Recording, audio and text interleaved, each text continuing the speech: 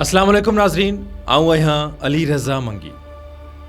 नाज़रीन, जैकबाबाद जो तालकोठुल ऐं उतां जो हिकु नंढड़ो ॻोठु ऊदी, जिते गुज़िरियल राति हिकु ग़रीब घर जो नौजवान ईअं क़त्लु कयो वियो जंहिं सॼे इलाइक़े में ख़ौफ़ ऐं हिरास पखेड़े छॾियो आहे। नौमान हिकु आम नौजवान हो जेको बचड़नि जे ॿिनि वक़्तनि जे मानीअ लाइ मच्छी मारे रोज़गार ऐं चौकीदारी कंदो हो। तालके अस्पताल जे डॉक्टरनि जी शुरूआती रिपोर्ट में इहो ज़ाहिर कयो वियो आहे त मक़तूल नौमान जे जिस्म में 3 गोलियूं लॻल आहिनि, पर वारसनि इत्तफ़ाक़ी गोली लॻण जो केस दाख़िल कराए छॾियो आहे। ॾुखोईंदड़ हक़ीक़त इहा आहे त मक़तूल नौमान जा वारिस गुज़िरियल 3 पीढ़ियुनि खां हिन इलाइक़े में वॾेरनि जो हारपो कंदा पिया अचनि।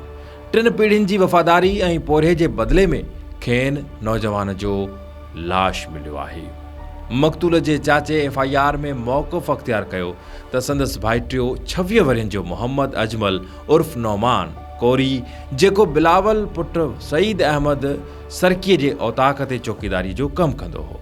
फ़रियादीअ मूजिबि जीअं हू औताक़ ते पहुता त सईद अहमद सरकी तक़रीबन राति जो 10 लॻे पंहिंजो पिस्टल साफ़ करे रहियो हो त ओचितो 3 फायर थिया, जेके नौजवान मोहम्मद अजमल उर्फ़ नौमान खे लॻा, जेके आर पार थिया ऐं बांह ते पिणु ज़ख़्म थियो।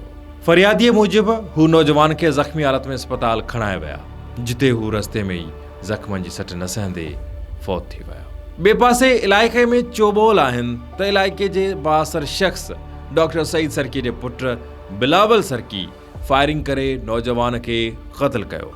संदसि वारसनि दबाव सबबि वाक़े खे इत्तफ़ाक़ी करार ॾियण जो केस दाख़िल करायो आहे। ठुल पुलिस मूजिबि वारसनि पाण इत्तफ़ाक़ी वाक़े जो केस दाख़िल करायो आहे, इन करे वधीक कार्रवाई नथी करे सघिजे।